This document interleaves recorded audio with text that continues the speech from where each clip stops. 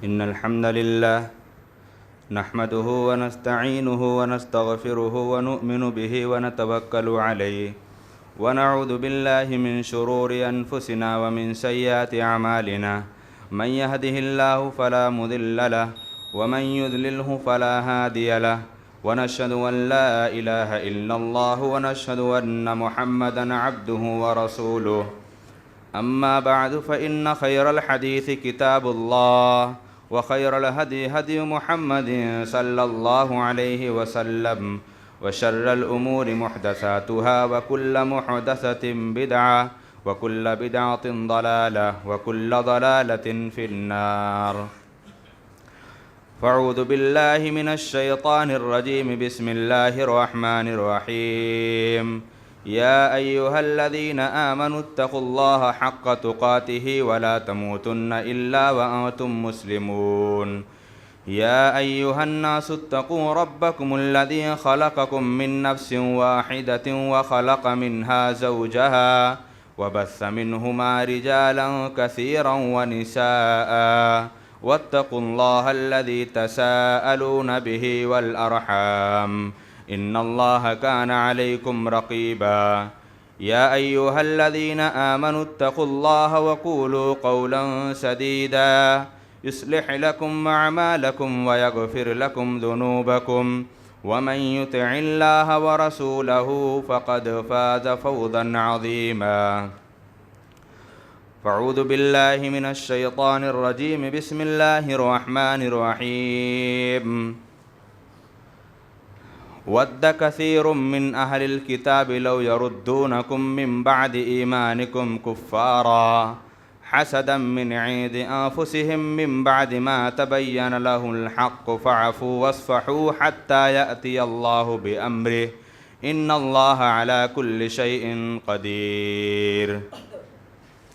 رب اشرح لي صدري ويسر لي أمري واحلل عقدة من لساني يفقهوا قولي رب زدنی علما رب زدنی علما حمد و ثنا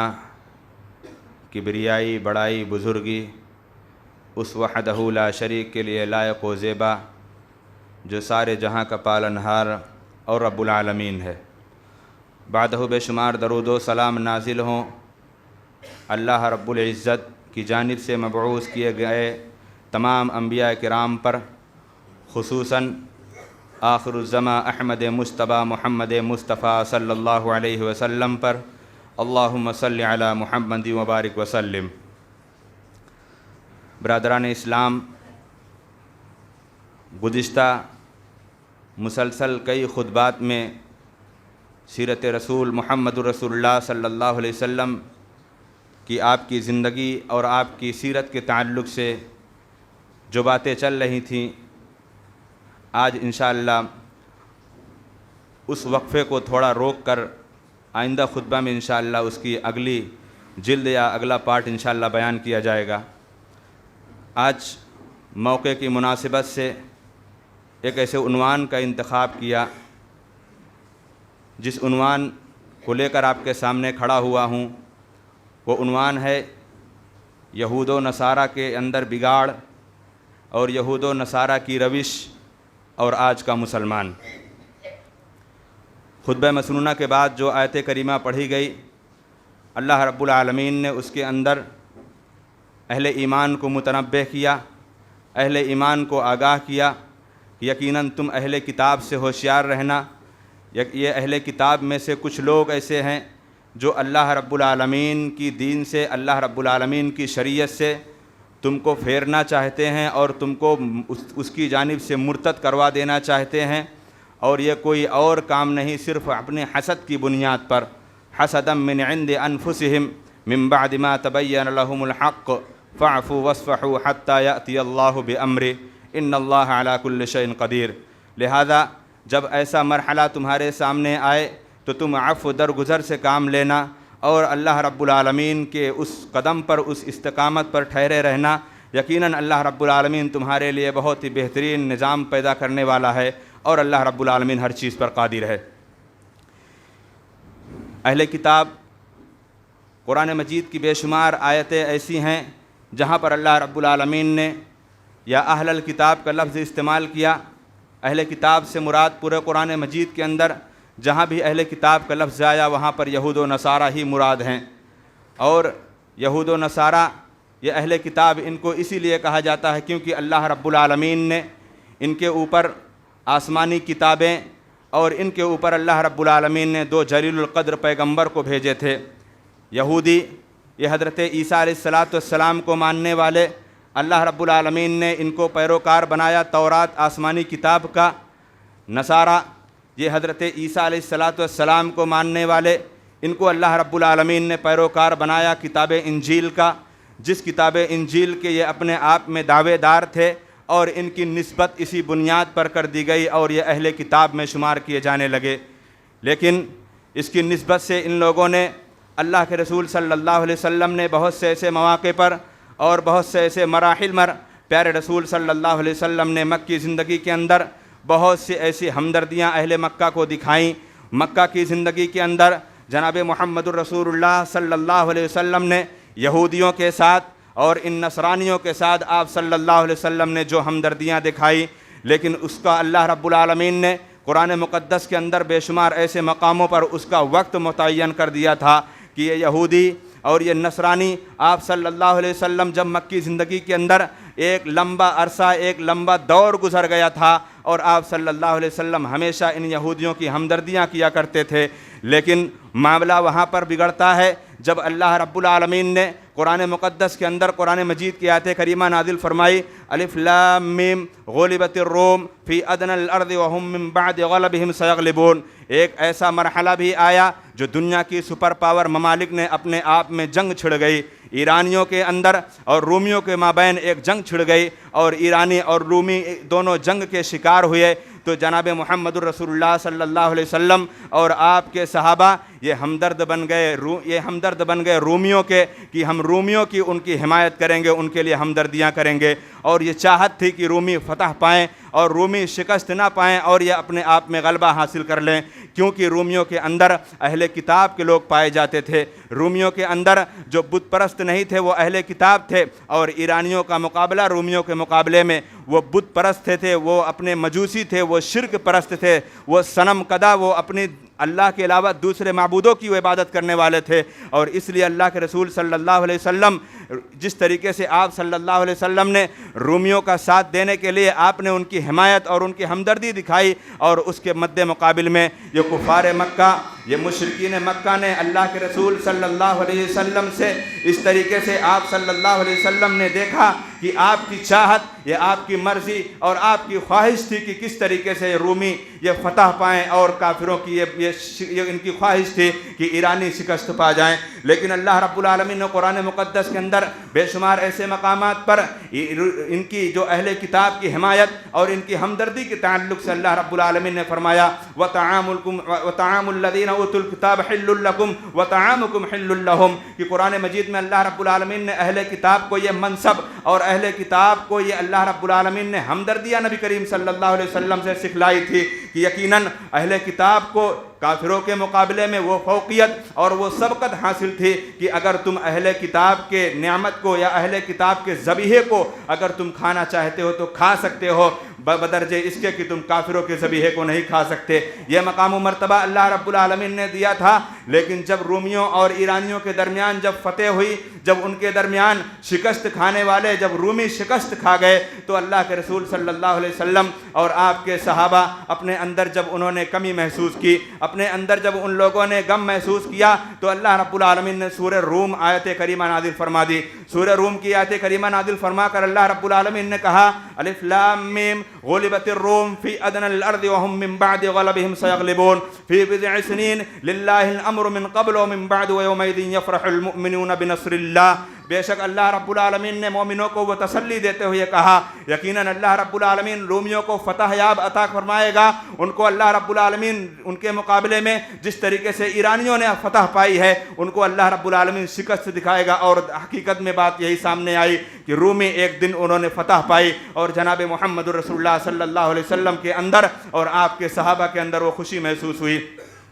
رومیوں کے مقابلے میں جب ہمدردی اللہ کے رسول صلی اللہ علیہ وسلم کی تھی اس وجہ سے تھی کہ اہل کتاب تھے، یہ اللہ رب العالمین کی آسمانی کتاب کے یہ اپنے آپ میں دعوے دار اور اس کے یہ اپنی نسبت کیا کرتے تھے کہ ہم عیسیٰ علیہ السلام کو ماننے والے ہیں، ہم تورات اللہ کی آسمانی کتاب کو ماننے والے ہیں، اور اللہ موسیٰ علیہ السلام کو ماننے والے تورات کو اپنے آپ میں وہ علمبردار تھے، اور عیسیٰ علیہ السلام کو ماننے والے انجیل کو اپنے آپ میں ماننے کے علمدار تھے۔ لیکن معاملہ ابھی تک تو اللہ کے رسول صلی اللہ علیہ وسلم پوری مکی زندگی کے اندر آپ ہمیشہ یہودیوں اور نصرانیوں کی آپ صلی اللہ علیہ وسلم ہمدردی کرتے رہے، لیکن جب آپ صلی اللہ علیہ وسلم ہجرت مدینہ آپ کا شروع ہوا، مدینہ منورہ کے اندر آپ صلی اللہ علیہ وسلم 16 یا 17 مہینہ گزارے تھے، اور ان یہودیوں نے اپنے اس مکر و فریب کرنا شروع کر دیا، جبکہ پیارے رسول صلی اللہ علیہ وسلم کی یہ چاہت تھی، آپ کی مرضی تھی، آپ کی خواہش تھی کہ یہ یہودی اس طریقے سے اللہ رب العالمین کی تعلیمات کو سننے والے بن جائیں، اللہ سے ڈرنے والے بن جائیں، اور ایک اللہ رب العالمین کی عبادت کرنے والے بن جائیں، وہ اپنے آپ میں جس طریقے سے ملوث تھے اپنے اس برائیوں کو چھوڑنے والے بن جائیں۔ لیکن وہ قوم جو انبیاء کے قتل کرنے والی، جو شرک اور بت پرست کو اپنانے والی، اس کو یہ بات کہاں ہضم ہوتی؟ جناب محمد رسول اللہ صلی اللہ علیہ وسلم کی یہ چاہت اور آپ کی یہ مرضی، یہ آپ کی خواہش تھی کہ اللہ رب العالمین جس طریقے سے بیت المقدس قبلہ اول تھا، اللہ کے رسول صلی اللہ علیہ وسلم کی چاہت تھی کہ یہ خانہ کعبہ مکۃ المکرمہ میں مومنوں کا قبلہ اول ہو جائے، مومنوں کا قبلہ بن جائے، اور مومن اسی کی جانب اللہ رب العالمین کی عبادت کریں اور اسی کی جانب اپنا رخ کر کے اللہ کو یاد کریں۔ 16 یا 17 مہینے کی مدت گزر جانے کے بعد نبی محترم محمد رسول اللہ صلی اللہ علیہ وسلم کی چاہت، یہ خواہش مکمل ہو گئی۔ پھر یہودیوں کے اندر، نصرانیوں کے اندر ایک تڑپ پیدا ہو گئی، اور وہ اپنے اندر ایک طریقے سے برائیاں اور ایک طریقے سے بدگمانیاں کرنا شروع کر دی۔ جب ان لوگوں نے ایسا معاملہ استعمال کیا تو رب العالمین نے جناب محمد رسول اللہ صلی اللہ علیہ وسلم کو قدم قدم پر آپ کی رہنمائی کرتے ہوئے اللہ رب العالمین نے بھی آپ کو تعلیمات دی کہ اے نبی، یہ یہودی، یہ نصرانی، یہ آپ کو راضی کرنے کی کوشش کریں گے، لیکن یہ آپ کی بات کو نہیں مانیں گے، اور اے اللہ کے رسول صلی اللہ علیہ وسلم ان کی ہر معاملات میں آپ مخالفت کیجئے۔ چنانچہ مخالفت کی سلسلے میں، عبادات کے سلسلے میں، عقائد کی بنیاد پر، ایمان کی بنیاد پر جب ان کے سامنے کچھ معاملات پیش کیے گئے تو ان کو باتیں ہضم نہ ہوئیں، اور ان کو وہ معاملات ان کو ہضم نہ ہونے کے بعد ان کے سمجھ سے بھی نہ گزری، تو اللہ کے رسول صلی اللہ علیہ وسلم نے تمام صحابہ کرام کو کہا تسحروا فإن فی السحور برکہ، کہ اے لوگو، یہودیوں کی یہ چال اور یہودیوں کا کام یہ ہے، اور نصرانی اہل کتاب کا کام یہ ہے کہ وہ بنا سحری کے روزہ رکھتے ہیں، اور تم سحری کے ساتھ روزہ رکھو، ان کی مخالفت کرو۔ ابھی تو مکی زندگی کے اندر آپ صلی اللہ علیہ وسلم ہمدردی کرتے رہے، لیکن جب انہوں نے دیکھا اپنے اندر شرانگیزیاں پیدا شروع کیے، اور مکہ کی زندگی کے بعد مدینہ منورہ جب آپ صلی اللہ علیہ وسلم ہجرت کر کے جب مدینہ پہنچتے ہیں، وہاں سے ان کے اندر جو شیطانی وسوسہ، جو شیطانی چال، جو شیطانی مکاریاں جو ان کے اندر دکھیں، اس کو اللہ رب العالمین نے قرآن مقدس کے اندر اس الفاظ میں ارشاد فرمایا وَلَن تَرْضَىٰ عَنْكَ الْيَهُودُ وَلَا النَّصَارَىٰ حَتَّىٰ تَتَّبِعَ مِلَّتَهُمْ، کہ اے لوگو، اے امت محمدیہ، تم یہودوں اور نصرانہ کو تم خوش نہیں کر سکتے جب تک کہ تم ان کی ملت کی پیروی نہ کر جاؤ، اور تم اللہ کے رسول صلی اللہ علیہ وسلم کو بھلا دو، اور جب ان کی ملت کی پیروی کرو گے اسی وقت تم ان کو راضی کر سکو گے، اور وہ تم سے راضی ہوں گے۔ ان کے راضی کرنے کا صرف ایک ہی مقصد کہ تم اللہ اور اس کے رسول کی نافرمانی کرنے لگو۔ یہ پہلی مخالفت۔ دوسری مخالفت، نبی کریم صلی اللہ علیہ وسلم نے امت کو یہ تعلیم دی کہ یہودی وہ عاشورہ کا روزہ وہ بھی رکھتے ہیں، لہٰذا جب وہ عاشورہ کا ایک روزہ رکھیں گے، ہم عاشورہ کا 2 روزہ رکھیں گے، ہم عاشورہ کا 2 روزہ رکھیں گے۔ یہ نبی کریم صلی اللہ علیہ وسلم نے یہودیوں کی مخالفت کی بنیاد پر کہی، اور پھر بدرجہ اولا یکے بعد دیگرے آپ صلی اللہ علیہ وسلم نے ان کی مخالفت میں ایک ایک احکامات نازل فرمانے لگے۔ یہودیوں کی یہ روش اور یہودیوں کی یہ چال بازیاں کہ جب وہ نماز پڑھا کرتے تھے یا اپنی عبادت گاہوں میں جایا کرتے تھے تو جوتا چپل نہیں پہنا کرتے تھے، اور جب کہ نبی کریم صلی اللہ علیہ وسلم نے حکم دیا کہ تم کبھی کبھی جوتا چپل پہن کر بھی نماز پڑھ لیا کرو۔ احادیث، کتب حدیث کے اندر بے شمار ایسے واقعات موجود ہیں. مسجد نبوی محمد الرسول اللہ صلی اللہ علیہ وسلم کی مسجد، ابھی اس کے اندر کوئی قالینیں نہیں بچھی تھیں، کوئی ایسی حسیر کی چیزیں نہیں بچھی تھی جس کے اندر صحابہ کرام باطمینان آسانیاں سے نماز پڑھ سکتے تھے. لیکن اللہ کے رسول صلی اللہ علیہ وسلم کی آپ کی امامت میں بے شمار صحابہ کرام نے جوتوں چپل کو پہن کر انہوں نے نماز پڑھی. شرط یہ ہے کہ آپ کے جوتوں اور چپل میں کوئی ناپاکی نہ لگی ہو. یہودیوں کی مخالفت کی بات آتی ہے، جناب محمد رسول اللہ صلی اللہ علیہ وسلم نے اپنی امت کو تاکید کر کے فرمایا، اور آج یہودیوں کی مشابہت کرنے والے آج ہمارے سماج کے اندر موجود ہیں. نبی کریم صلی اللہ علیہ وسلم نے کہا تم یہودیوں کی مخالفت کرو اور اپنی داڑھیوں کو چھوڑ دو، اپنی داڑھیوں کو کاٹنا چھوڑ دو اور اپنی مونچھوں کو ہلکی کراؤ. بتاؤ کیا ہم یہودیوں کی مخالفت میں ہیں یا ان کی مشابہت میں ہیں؟ مسلمان اپنے اندر ناپتا جائے اور اپنے اندر تولتا جائے کہ یہودیوں کی کس طریقے سے اہل کتاب کی محمد الرسول اللہ صلی اللہ علیہ وسلم نے مخالفت کرنے کی بات کی ہے. اور یہاں پر بات یہاں پہنچتی ہے کہ لوگ اللہ کے رسول صلی اللہ علیہ وسلم کی باتوں کو چھوڑ کر ان یہودیوں کی چل کر ان کی مخالفت کی بجائے ان کی مشابہت کرنے والے بن جاتے ہیں. اور جبکہ اللہ کے رسول صلی اللہ علیہ وسلم نے صاف لفظوں میں ارشاد فرمایا ہے اور کھلے الفاظ میں آپ صلی اللہ علیہ وسلم نے ارشاد فرمایا کہ یہودیوں کی تم مخالفت کرو، اور نام لیا آپ صلی اللہ علیہ وسلم نے کہ تم داڑھیوں کو بڑھاؤ اور اپنے مونچھوں کو ہلکا کرو. لیکن معاملہ اس کے برعکس ہے. ہم مونچھیں تو بڑھاتے ہیں، مونچھیں ہم بڑی بڑی کرتے ہیں اور داڑھیوں کو چھلا کر ہم سمجھتے ہیں کہ ہم بہت اچھا کام کر رہے ہیں. یہ ان کے اندر خوش فہمیاں. اور ایک یہودی جب دیکھتا ہے کہ محمد صلی اللہ علیہ وسلم ہمارے سارے کے سارے معاملات میں مخالفت کرتے ہیں، کھڑا ہو کر اعلان کر دیتا ہے، کھڑا ہو کر اعلان کرتا ہے. اس یہودی کہتا ہے کہ کیا بات ہے، یہ آدمی میرے کسی بھی معاملات میں مشابہت نہیں کرتا، ہمیشہ ہماری مخالفت کرتا ہے. اور وہ اشارت ہے جناب محمد رسول اللہ صلی اللہ علیہ وسلم، اور وہ اس بات کو کہنا چاہ رہا تھا کہ آپ صلی اللہ علیہ وسلم ہمیشہ ہمارے معاملات میں آپ مخالفت کرتے، آپ کبھی مشابہت نہیں کرتے تھے. کیوں؟ کیونکہ اللہ رب العالمین نے قرآن مجید کے اندر ارشاد فرمایا،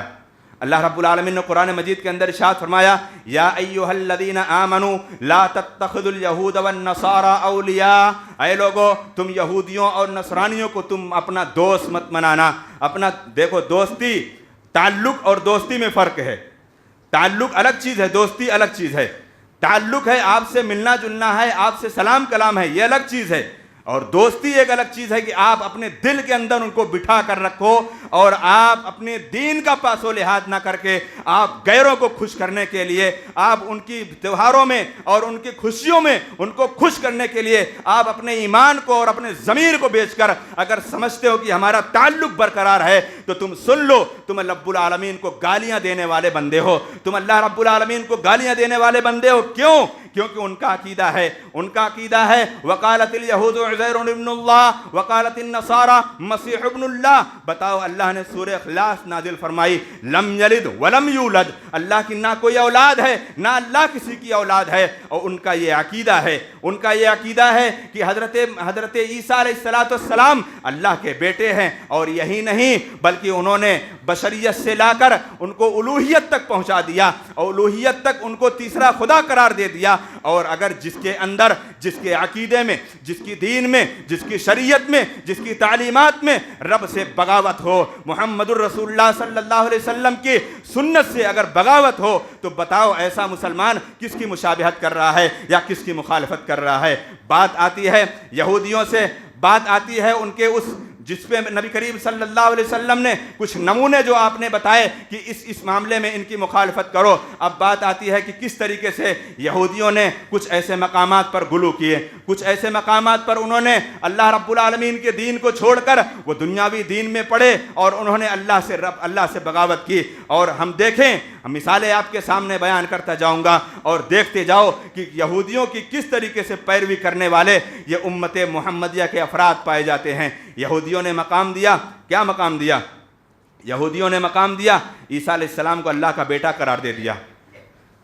غلو سے کام لیا، یہودیوں نے غلو سے کام لیا اور غلو سے کام لیتے لیتے حضرت عیسیٰ علیہ السلام اللہ رب العالمین کے بندے اور اللہ کے رسول ان کو اٹھا کر بشریت سے اٹھا کر الوہیت تک پہنچا دیے. وقالت الیہود عزیر ابن اللہ وقالت النصارى مسیح ابن اللہ. ان لوگوں نے اللہ کا بیٹا قرار دے دیا، جبکہ اللہ رب العالمین نے جناب محمد رسول اللہ صلی اللہ علیہ وسلم سے یہ اعلان کروایا. آپ صلی اللہ علیہ وسلم نے کہا لا تطرونی کما اطرت النصارى عیسی ابن مریم انما انا عبد فقولوا عبد اللہ ورسولہ. اے میری امت کے لوگو، اے میری امت کے لوگو، تم لوگ اسی طریقے سے مت ہو جانا جس طریقے سے یہودیوں نے حضرت عیسیٰ علیہ السلام کو اللہ کا بیٹا قرار دے دیا تھا. سنو، میں اللہ کا رسول ہوں اور اس کا بندہ ہوں. میں اللہ کا رسول اور پہلے تو میں اللہ کا بندہ ہوں. اور یہ شہادت اللہ رب العالمین نے سورہ مریم کے اندر حضرت عیسیٰ علیہ السلام کی زبانی، جب آپ ماں کی گود میں تھے اس وقت اللہ رب العالمین نے عیسیٰ علیہ السلام سے شہادت لی تھی. عیسیٰ علیہ السلام نے کہا تھا قال انی عبد اللہ آتانی الکتاب وجعلنی نبیا. بے شک میں اللہ کا بھیجا ہوا بندہ ہوں، میں اللہ کا بھیجا ہوا بندہ ہوں. اور آتانی الکتاب، آنے والے ایام میں اللہ رب العالمین میرے اوپر انجیل جیسی کتاب نازل کرے گا اور مجھے اللہ رب العالمین نبوت سے سرفراز کرے گا. یہ اللہ نے شہادت دی. لیکن امت مسلمہ کے اندر جناب محمد الرسول اللہ صلی اللہ علیہ وسلم کو آج امت کے کچھ افرادوں نے ان یہودیوں کو بھی پیچھے چھوڑ کر ان کے جملے میں یہ لفظ آ گیا. کیا جملہ کہا جاتا ہے؟ کسی شاعر نے کیا خوب کہا ہے. وہ شاعر کہنے والا اپنے اندر شرم محسوس کرے، وہی جو مستوی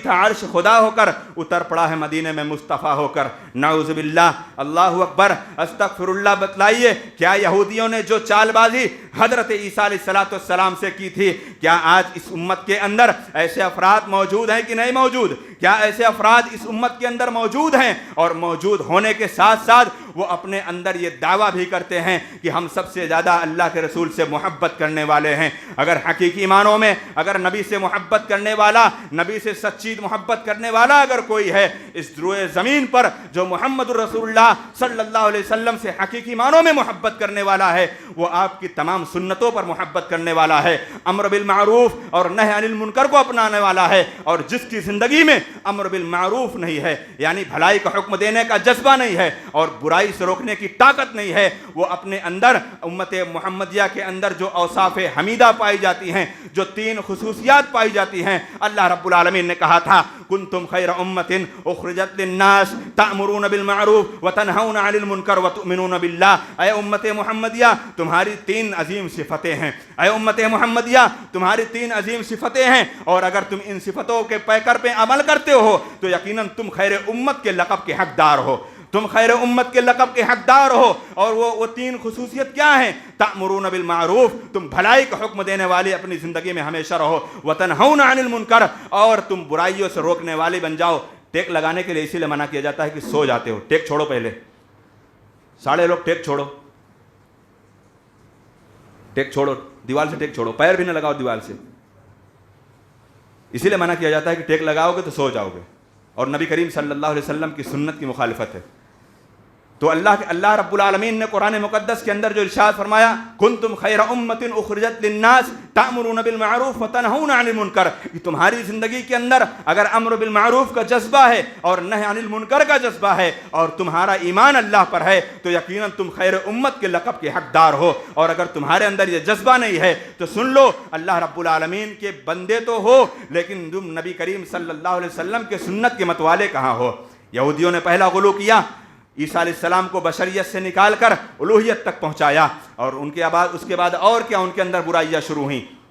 دھیرے دھیرے ان کے اندر برائیاں شروع ہوئیں اور ان لوگوں نے ایک برائی شروع کی. اللہ رب العالمین کے گھر کو قبروں سے جوڑا، مسجد کا تعلق قبر سے جوڑا، قبر کا تعلق مسجد سے جوڑا. اور جناب محمد رسول اللہ صلی اللہ علیہ وسلم نے اپنی وفات کے چند ایام پہلے، چند لمحے پہلے آپ صلی اللہ علیہ وسلم اس دنیا سے جانے والے ہیں، اس دنیا سے جانے والے ہیں. اور اس سے پہلے آپ صلی اللہ علیہ وسلم نے لعنت کی ہے، اور آپ صلی اللہ علیہ وسلم نے کہا لعن اللہ الیہود والنصارى اتخذوا قبور انبیائہم مساجدا. اللہ کی لعنت ہو یہودیوں پر، اللہ کی لعنت ہو نصرانیوں پر جنہوں نے اپنے انبیاء کی قبروں کو سجدہ گاہ بنا لیا. مسلمانوں بتلاؤ، کیا ہماری سرزمین پر، ہماری ہندوستان کی سرزمین پر اگر کہا جائے، اگر میں دعوے کے ساتھ کہوں کہ اگر زیادہ مسجدیں ایسی ہیں جن کا تعلق قبروں سے ہے یا قبروں کا تعلق مسجدوں سے ہے، ایسی مسجدوں سے نماز پڑھنے سے بچو جن مسجدوں کے اندر قبر کی بنیاد رکھی گئی ہے،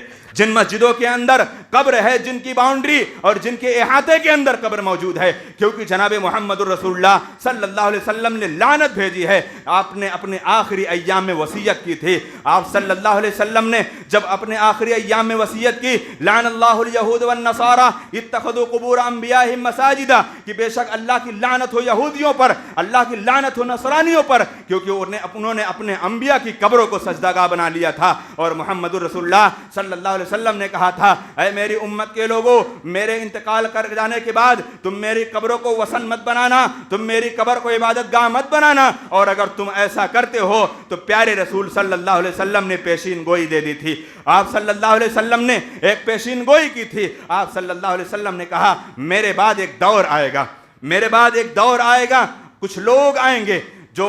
یہودیوں کی مخالفت نہ کر کے بلکہ یہودیوں کے راستے پر، اہل کتاب کے راستے پر اتنا چلیں گے، شبرم بشبرن، کی قدم سے قدم ملا کر اور ان سے کاندھے سے کاندھے ملا کر، اور حتیٰ کہ یہاں تک پہنچ جائیں گے جو گوہ کے بل میں اگر یہودی گھسنا چاہے گا تو میری امت کا افراد بھی اس گوہ کے جانور کے بل میں گھسنا وہ پسند کرے گا۔ پیارے رسول صلی اللہ علیہ وسلم کے صحابہ نے فرمایا، اے اللہ کے رسول صلی اللہ علیہ وسلم، آپ کس امت کی بات کر رہے ہیں؟ پیارے رسول صلی اللہ علیہ وسلم نے کہا، میری امت کے اندر یہ حرکت پیدا ہوگی اور وہ یہودی اور نصرانی کی وہ حرکت کو اپنا کر ان کی روش پر چلنے والے بن جائیں گے۔ بتاؤ مسلمانوں، کیا ہمارے اندر یہودیوں کی مخالفت ہے یا مشابہت ہے؟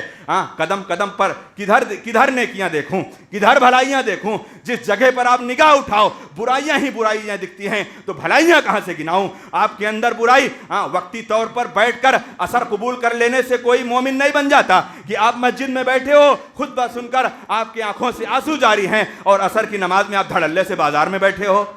اذان ہو رہی ہے آپ دھڑلے سے بازار میں بیٹھے ہو۔ یہ کیسا اثر ہے؟ ارے اثر وہ لو جو تمہاری زندگی کے اندر تمہارے دلوں میں سما جائے، اور جو اللہ کے رسول صلی اللہ علیہ وسلم کے صحابہ جب ایک آیت سنتے تھے، ایک حدیث سنتے تھے محمد الرسول اللہ صلی اللہ علیہ وسلم سے، اپنی زندگی کے اندر تمام صحابہ کرام کا اپنا عمل تھا، تمام صحابہ کرام کسی اور برائی کو چھوڑنے پر کفر نہیں سمجھتے تھے جتنا نماز کو چھوڑنے پر وہ کفر سمجھا کرتے تھے۔ صحابہ کرام کی زندگی میں اگر جو کوئی بے نمازی ہوتا تھا اس کو صحابہ کرام کافر سمجھا کرتے تھے کہ یہ بے شک یہ اللہ کے رسول صلی اللہ علیہ وسلم کا سچا پکا مطیع و فرما بردار ہو ہی نہیں سکتا۔ کیوں؟ کیونکہ آپ نے کہا تھا قرۃ عین فی الصلاۃ، کہ بے شک میری نماز، میری آنکھوں کی ٹھنڈک یہ نماز ہے، اور یہ امت اپنے آپ کو محمد الرسول اللہ کا دعوے دار ہونے کا بنتا ہے، اور وہ اس چیز کو اپنے اندر نہیں پیدا کرتا کہ کم از کم اللہ رب العالمین کی جو نبی کریم صلی اللہ علیہ وسلم کی لائی ہوئی سنت، لائی ہوئی شریعت پر اپنی زندگی میں عمل کرے۔ تو مسلمانوں، آج ہمیں اپنے اندر اپنے ایمان کو، اپنے عقیدے کو اور اپنی معاشرتی زندگی کو، اپنے اخلاق کو، اپنے کردار کو، اپنے کیریکٹر کو اور اپنی دینی زندگی کو ہمیں دیکھنا ہے اور جھانکنا ہے کہ ہم کس طریقے سے یہودیوں کے قدم پر ہیں۔ یہودیوں کے اندر، ان کے اندر ایک اور چیز تھی، خوش فہمی۔ خوش فہمی میں کیا تھے؟ وقالت اليہود والنصارى نحن ابناء اللہ واحباؤہ، نعوذ باللہ، استغفر اللہ۔ یہودی کہتے ہم اللہ کے بیٹے ہیں، ہم اللہ کے محب ہیں، اور اللہ رب العالمین ہمیں بخش دے گا اور ہم جنت میں جائیں گے، اور اگر ہم جہنم میں گئے میں بھی لن تمسنا النار الا ایاما معدودات، اگر ہم جہنم میں گئے بھی تو ہم 40 دن تک کے لیے جہنم میں جائیں گے،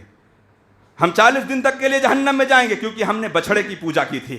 مسلمانوں بتاؤ، کیا آج کے اس دور کے اندر بھی ہم میں سے جو اپنے آپ کو، برا مت ماننا میرے بھائیوں، جو اپنے آپ کو جو توحید پرست کہنے والے ہو، بتاؤ کیا تمہاری جیب میں جنت کا ٹکٹ لیے پھر رہے ہو؟ کیا تمہاری جیب میں جنت کا ٹکٹ ہے؟ تم اپنے اندر یہ دعویٰ پیش کر دیتے ہو کہ ہاں میں جو کر رہا ہوں بہت اچھا کر رہا ہوں، میں اپنے راستے پر بہت الگ ہوں، اور میرا کام، میرا عمل، میرا دین، میرا طریقہ بہت اچھا طریقہ ہے۔ اور یہودیوں کی یہی چال بازیاں تھی اور یہی ان کے مکر و فریب تھے جس کو اللہ رب العالمین نے قرآن مقدس کے اندر ذکر فرما دیا۔ اور یہودیوں کی ایک چال بازی اور تھی، وہ اپنے اندر کبھی شریعت کی کچھ کاموں پر عمل کرتے اور کچھ عملوں کو چھوڑ دیتے۔ اللہ رب العالمین نے کہا افتؤمنون ببعض الکتاب وتکفرون ببعض، فما جزاء من يفعل ذلك منكم الا خزي في الحیاۃ الدنیا. یہ یہودیوں کی روش تھی. اللہ نے قرآن مقدس کے اندر ذکر فرمایا کہ کیا اے اہل کتاب تم دین کی کچھ باتوں کو لیتے ہو اور کچھ باتوں کو چھوڑ دیتے ہو. بتاؤ ہمارے درمیان کچھ ایسے لوگ موجود ہیں کہ نہیں جو نماز پڑھتے ہیں وہ اور دینی کاموں کو چھوڑ کر سوچتے ہیں کہ ہم بہت اچھا کام کر رہے ہیں, ہم پانچوں وقت کے نمازی ہیں, ہم دنیا کے سارے برے کام کریں, ہم پانچوں وقت کے نمازی ہیں, ہم جھوٹ بولیں, ہم گالی دیں, اپنے کاروبار تجارت میں ہم دھوکہ دیں, ہم کسی کے مال کو چرا کر اور ہم اسے دھوکہ دے کر بیچ دیں. ہم سمجھتے ہیں ہم سچے پکے نمازی ہیں, ہماری ساری کی ساری نیکیاں معاف ہو جائیں گی. اور اللہ نے صاف لفظوں میں استعمال فرما دیا افتؤمنون ببعض الکتاب وتکفرون ببعض فما جزاء من يفعل ذلك منکم الا خزي فی الحیاۃ الدنیا. سن لو, شریعت مصطفیٰ محمد الرسول اللہ صلی اللہ علیہ وسلم کی شریعت پر اگر عمل کرنا ہے کامل طریقے سے عمل کرو, استقامت پر عمل کرو, ورنہ اللہ رب العالمین کا قانون ہے خزي فی الحیاۃ الدنیا کہ اللہ دنیا کی زندگی میں بھی ذلت دے گا اور آخرت میں ذلت مقدر بن ہی جائے گی. اس لیے ہماری زندگی کے اندر جب ہم نماز پڑھیں تو ہم دیکھیں کہ محمد الرسول اللہ صلی اللہ علیہ وسلم کا اخلاق کیا تھا, آپ کا کیریکٹر کیا تھا, آپ کی معاشی زندگی کیا تھی, آپ کی معاشرتی زندگی کیا تھی, آپ کا تعلق گھر والوں سے کیسے تھا, آپ کس طریقے سے چھوٹوں سے پیش آتے تھے, کس طریقے سے بڑوں سے پیش آتے تھے, کس طریقے سے غریبوں سے پیش آتے تھے, کس طریقے سے مسکینوں سے پیش آتے تھے, اور کس طریقے سے غیروں سے پیش آتے تھے, غیر مسلمین سے پیش آتے تھے. میرے نبی محمد الرسول اللہ صلی اللہ علیہ وسلم کا یہ اخلاق, یہ کردار, یہ آپ کا کیریکٹر اور یہ آپ کی زندگی کا سب سے حسین چہرہ جس کو دنیا والے دیکھ کر امین و صادق کہنے پر مجبور ہو جایا کرتے تھے. اور یہ اللہ رب العالمین نے قرآن مقدس کے اندر ذکر فرمایا وَرَفَعْنَا لَكَ ذِكْرَكَ. اے محمد الرسول اللہ صلی اللہ علیہ وسلم ہم نے آپ کے ذکر کو بلند کیا ہے. ہاں, اب بتلائیے کیا ہماری زندگی کے اندر بھی ایسے کام یا ایسے عمل پائے جاتے ہیں جو ہم یہودیوں کی زندگی کاٹ کر یا یہودیوں سے اپنی مشابہت نہ کر کے ہم ہمیشہ ان کی مخالفت کریں. یہودی ایک مسئلے میں اور وہ اللہ رب العالمین کی خلاف ورزی کرنے پر آمادہ ہوئے. محمد الرسول اللہ صلی اللہ علیہ وسلم جب مکہ سے ہجرت کر کے مدینہ گئے, جب مکہ سے ہجرت کر کے آپ صلی اللہ علیہ وسلم مدینہ گئے تو انہیں یہودیوں کے اندر کچھ ایسے لوگ پیدا ہوئے جن لوگوں نے کہا چلو اللہ کے رسول کو دھوکہ دیتے ہیں, چلو اللہ کے رسول کو دھوکہ دیتے ہیں. اور اللہ رب العالمین نے قرآن مقدس کے سورہ آل عمران میں تذکرہ فرمایا اور ان لوگوں نے یہ کام کیا کہ صبح کو اللہ کے رسول کے پاس آتے اور کہتے کہ اللہ کے رسول ہم آپ کو آپ کا اللہ کا رسول مان لیا, ہم آپ پر ایمان لاتے ہیں, اور جیسے ہی شام ہوتی وہ اپنے آپ میں مرتد ہو جاتے. اسی لیے اللہ رب العالمین نے کہا وَدَّ كَثِيرٌ مِّنْ أَهْلِ الْكِتَابِ لَوْ يَرُدُّونَكُم مِّن بَعْدِ إِيمَانِكُمْ كُفَّارًا حَسَدًا مِّنْ عِندِ أَنفُسِهِم مِّن بَعْدِ مَا تَبَيَّنَ لَهُمُ الْحَقُّ. جب اللہ رب العالمین نے تمہارے اوپر حق کو ڈال دیا تھا اور اللہ رب العالمین نے تمہیں دین مصطفیٰ محمد الرسول اللہ صلی اللہ علیہ وسلم کی شریعت پر چلنے پر آمادہ کر دیا تھا, تو تمہیں وہ اپنے حسد اور جلن کی بنیاد پر تمہیں اللہ کے رسول کے دین سے ہٹانے کی کوشش کریں گے. اور وہ کرتے اس لیے تھے تاکہ دنیا والے یا عرب والے یہ سمجھے کہ اہل کتاب کو تو علم تھا, یہ علم والے ہیں, ان کو اللہ نے آسمانی کتاب دی تھی اور یہ آسمانی کتاب پر عمل کرنے والے تھے. جب اہل کتاب جب 24 گھنٹہ دین اسلام میں نہ رہ سکے تو ہو سکتا ہے کچھ نہ کچھ خرابیاں ہیں. یہ چال بازیاں تھیں ان یہودیوں کی. اب ہمیں بھی دیکھنا ہے کہ کیا ہم اپنی دن کے اندر ایک نماز پڑھتے ہیں یا 2 نماز پڑھتے ہیں, 3 نماز پڑھتے ہیں یا صرف جمعہ آتے ہیں, یا ہم ہفتے والی پڑھتے ہیں, یا ہم جنازے والی پڑھتے ہیں, یا ہم 365 والی پڑھتے ہیں. ہمیں اپنی زندگی کے اندر جھانکنا چاہیے, ہمیں اپنی زندگی کے اندر تولنا چاہیے. اور آج کی مناسبت سے میرے بھائیوں, جس طریقے سے یہودیوں کے کلچر نے, یہودیوں اور نصرانیوں کے کلچر نے آج ہماری نسلوں کے اندر انہوں نے ایک طریقے سے ایسا روب و دبدبا ڈالا کہ ہماری نوجوان نسلیں اور ہماری نوجوان نسلوں کے اندر بالخصوص کالجوں اور یونیورسٹیوں میں پڑھنے والے بچے, ہمارے وہ نوجوان بھائی جو آج کی اس بری رات میں شکار ہوں گے, جو 31 دسمبر اور 1 جنوری کی رات ہوگی. میرے بھائیوں, یہ وہ رات ہے جس رات دنیا کے سب سے زیادہ گناہ ہوتے ہیں. یہ رات زناکاری کی رات ہے, یہ رات فحاشی کی رات ہے, یہ رات عریانیت کی رات ہے, اور یہ رات دنیا کے سب سے زیادہ گناہ ہونے والی رات ہے. اور اس رات کے اندر سب سے بڑی ذمہ داری والدین کی بنتی ہے. آپ پتہ کرو, آپ دیکھو کہ آپ کا بچہ رات میں ہے کہاں, کس کے ساتھ ہے, کیا کر رہا ہے، یہ آپ کی ذمہ داری بنتی ہے۔ اور آج امت مسلمہ کا طبقہ اس چیز میں زیادہ ملوث ہے۔ اور میرے بھائیوں، اگر تم نے اس رات کو کلچر کو اپنایا، اور میں یہ نہیں کہتا کہ کالجز اور یونیورسٹیوں میں پڑھنے والے سارے کے سارے لوگ ایسے نہیں، ان کے اندر اللہ رب العالمین نے دینی بیداری دی ہے، دین کا شعور دیا ہے، دین پر چلنے کی ان کے اندر اللہ نے طاقت دی ہے، اللہ نے ان کے اندر ہمت دی ہے، اور اس دین پر چل کر وہ جناب محمد الرسول اللہ صلی اللہ علیہ وسلم کے طریقے کو اپنا کر وہ دنیا والوں کے سامنے ایک مثال بن جاتا ہے نوجوان۔ لیکن وہیں پر اگر مسلمانوں، اگر اس رات کے اندر اگر خدا نہ خواستہ بے شمار حادثے ہوتے ہیں، بے شمار حادثے ہوتے ہیں، عریانیت کی محفلیں لگتی ہیں، عریانیت کی محفلیں اور ڈانس ناچ گانے کی محفلیں، اور ان میں ہماری نسل کے نوجوان زیادہ مومن بھائی پائے جاتے ہیں، زیادہ مومن بھائی پائے جاتے ہیں۔ بلا مبالغہ کہہ رہا ہوں میرے بھائیوں، بلا مبالغہ کہہ رہا ہوں، کیونکہ آج ہم نے اپنی نسلوں کو دیکھا، ہم نے اپنی نسلوں کے اندر یہ طلب ہم نے نہیں پیدا کی کہ ہم اپنے بچوں کے لیے، ہم ان کی دنیا بنانے کے لیے، تو ہم تو دنیا سے گالیاں بھی کھاتے ہیں، ہم دنیا کی محنت مشقت کرنے کو، ہم دوسروں کے سامنے سر جھکانے کو بھی تیار ہوتے ہیں، لیکن دین بنانے کے لیے ہم کم از کم اللہ کے سامنے ہاتھ تو اٹھا لیں۔ اپنے بچوں کی ہم دنیا بنانے کے لیے اگر ہم نے اپنی پوری زندگی اپنے بچوں کی دنیا بنانے کی ٹھان رکھی ہے اور دین بنانے کی ہم نے نہیں ٹھان رکھی، تو وہ باپ اپنی ذمہ داری کو نہیں ادا کر سکا، وہ گھر کا فرد جو سب سے بڑا ذمہ دار ہے وہ اپنی ذمہ داری کو نہیں ادا کر سکا۔ کیوں؟ کیونکہ جناب محمد رسول اللہ صلی اللہ علیہ وسلم نے کہا، الا سنو کلکم راعٍ وکلکم مسئول عن رعیتہ، کہ تم میں سے ہر شخص ذمہ دار ہے اور اس کو اس کی ذمہ داری کے بارے میں پوچھا جائے گا۔ بتلاؤ کیا ہم میں سے بہت سے ایسے باپ